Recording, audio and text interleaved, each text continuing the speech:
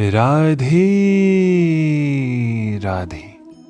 चलिए आज के अध्याय में हम आपको बताएंगे कि अर्जुन के युद्ध न करने के फैसले से श्री कृष्ण अर्जुन से क्या कहते हैं। मिलकर बोलिए राधे राधे। भगवान की उपस्थिति में अर्जुन द्वारा स्वजनों के लिए शोक करना सर्वथा शोभनीय था। अतः कृष्ण ने कुतः शब्द से अपना आश्चर्य व्यक्त किया। आर्य जैसी सभ्य जाति के किसी व्यक्ति से ऐसी मलिनता की उम्मीद नहीं की जाती। आर्य शब्द उन व्यक्तियों पर लागू होता है जो जीवन के मूल्य को जानते हैं और जिनकी सभ्यता आत्म साक्षात्कार पर निर्भर करती है। देहात्म बुद्धि से प्रेरित मनुष्य को ये ज्ञान नहीं रहता कि जीवन का उद्देश्य परम सत्य विष्णु या भगवान का साक्षात्कार है। वो तो भौतिक जगत के स्वरूप में मोहित हो जाते हैं। अतः वो ये नहीं समझ पाते कि मुक्ति क्या है। जिन पुरुषों को भौतिक बंधन से मुक्ति का कोई ज्ञान नहीं होता वो अनार्य कहलाते हैं।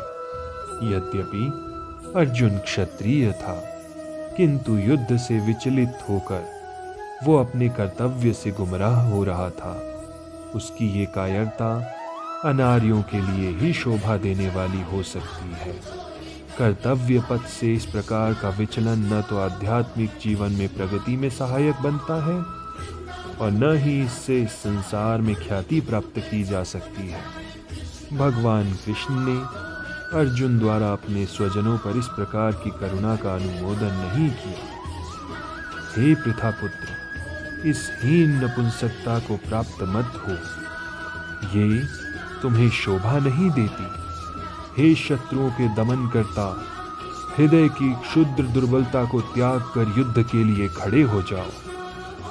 अर्जुन को पृथापुत्र के रूप में संबोधित किया गया है। पृथा कृष्ण के पिता वसुदेव की बहन थी। अतः कृष्ण के साथ अर्जुन का रक्त संबंध था।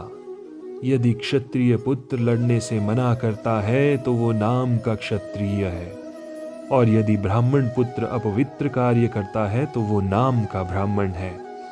ऐसे क्षत्रिय तथा ब्राह्मण अपने पिता के अयोग्य पुत्र होते हैं। अतः कृष्ण ये नहीं चाहते थे कि अर्जुन अयोग्य क्षत्रिय पुत्र कहलाए।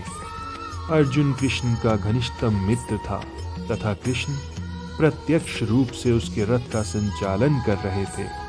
किंतु इन सब गुणों के होते हुए भी यदि अर्जुन युद्ध भूमि को छोड़ता है तो वो अत्यंत निंदनीय कार्य करेगा। अतः कृष्ण ने कहा कि ऐसी प्रवृत्ति अर्जुन के व्यक्तित्व को शोभा नहीं देती।